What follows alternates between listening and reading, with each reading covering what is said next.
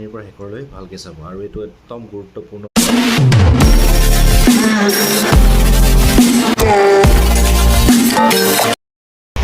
Hello' guys, good afternoon, welcome back to my brand new blog. আফটাৰনুনে হ'লগৈ আৰু এতিয়া 1:30 বাজিছে।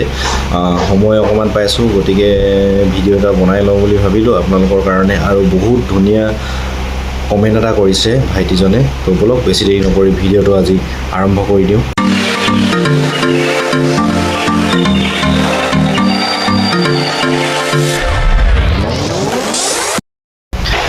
আৰু আজি আপোনালোকৰ সুবিধাৰ্থে একদম ভইচটো যাতে ভালকৈ আহে সেইকাৰণে মাইক চাইক লগাই লৈছোঁ।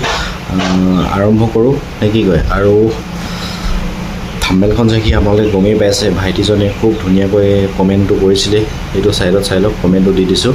তাৰপিছত এইটো আপোনালোকে আৰম্ভণিৰ পৰা শেষৰলৈ ভালকৈ চাব আৰু এইটো একদম গুৰুত্বপূৰ্ণ টপিক, কাৰণ আপোনালোকৰ চাকৰিৰ লগত জড়িত কথা। আৰু মই প্ৰায়বিলাক চাকৰিৰ লগত জড়িত কথাই, জবৰ লগত জড়িত কথাই কওঁ, কিন্তু এইটো বহুত ইম্পৰ্টেণ্ট। ইয়াৰ পৰাই মানে আৰম্ভণি হ'ব, আপোনাৰ জবটো কোনফালে যাব, পাবনে নাপাব, তো ইয়াৰ ওপৰত ডিপেণ্ড কৰিব। গতিকে আৰম্ভণিৰ পৰা শেষৰলৈকে চাব। ভাইটিজনে কমেণ্ট কৰিছে যে এটা প্ৰাইভেট ৰিগত কাম কৰিবৰ কাৰণে বা চাকৰি কৰিবৰ কাৰণে বা জব কৰিবৰ কাৰণে কেনেকুৱা ধৰণৰ ডকুমেণ্টছবিলাক লিখিব লাগিব, তাৰ ওপৰত তেওঁ কৈছে। সকলোৰে মনত কনফিউজন হয় যে ডকুমেণ্টছ কি দিম কি নিদিম, কোনখন দিলে ভাল হয়, ঠিক তেনেকুৱা ধৰণৰ।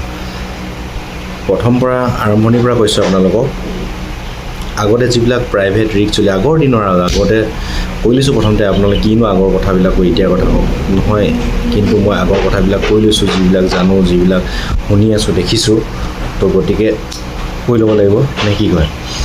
আগতে কি হৈছিলে, আগতে মানুহৰ ইমান কোৱালিফিকেশ্যন নালাগিছিলে, জাষ্ট কামটো কৰিব লাগে, হাতত জোৰ থাকিব লাগে, মনত জোৰ থাকিব লাগে, তো তেনেধৰণে চলি যায়। কিন্তু আজিকালি তেনেকুৱা ধৰণৰ নহয়, আজিকালি খুব টাফ হৈছে কম্পিটিশ্যনটো। কাৰণ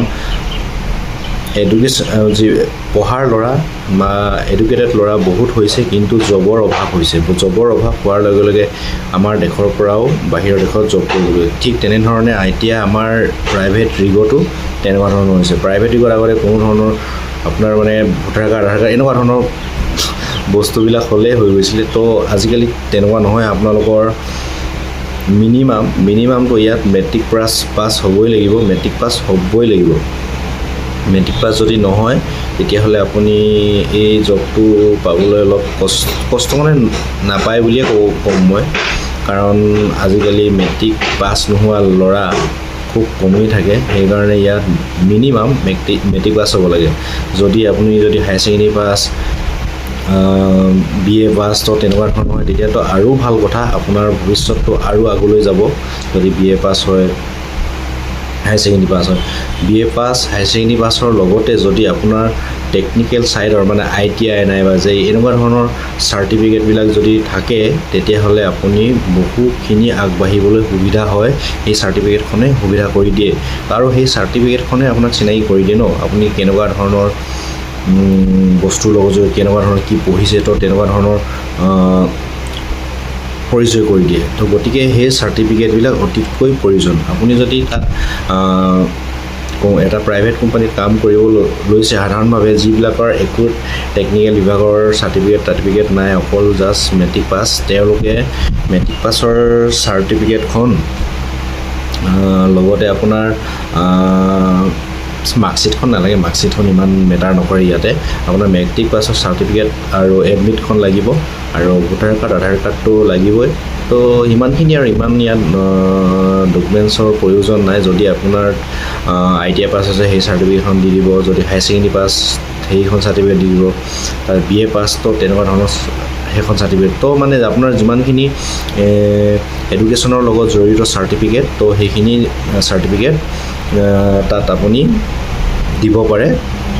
যদি আপুনি অকল বেলেগ ছাইডতো যদি কাম কৰি কিবা যদি এক্সপিৰিয়েঞ্চৰ চাৰ্টিফিকেট পাইছে, ৱেল্ডাৰে হওক বা মেকানিকেই হওক, তেনেকুৱা ধৰণৰ যদি চাৰ্টিফিকেট পাইছে, তেতিয়াহ'লে সেই চাৰ্টিফিকেটখনো তাত এড কৰি দিয়ক। মানে যেতিয়া আপুনি এটা কোম্পানীত কাম কৰিব, যি কোম্পানীৰ যিজন মানুহে ল'ৰাবিলাক লয় তো তেতিয়া তেওঁ ডকুমেণ্টছবিলাক চাব তেতিয়া তাতে আপোনাৰ পৰিচয়টো পাই যাব মই এইটো ল'ৰা যে এনেকুৱা তেনেকুৱা কাম কৰিব পাৰিব তো ঠিক তেনেকুৱা ধৰণৰ আপোনাৰ সেইটোৱে কথা ডকুমেণ্টছ বুলি ক'লে আপুনি সেইখন ডকুমেণ্টছ দিলে আপুনি চাকৰি পাবলৈ হয় চাকৰিটো পোৱাৰ সম্ভাৱনাটো থাকে আৰু ডকুমেণ্টছ বুলি ক'লে সেইবিলাক ডকুমেণ্টছে দিব লাগিব মেট্ৰিক পাছৰ চাৰ্টিফিকেটখন এডমিটখন ধৰি লওক তাৰপিছত ভোটাৰ কাৰ্ড আধাৰ কাৰ্ড তেনেকুৱা ধৰণৰ চাৰ্টিফিকেটবিলাক লাগে আৰু ধুনীয়াকৈ বায়'ডাটা এখন বনাই দিব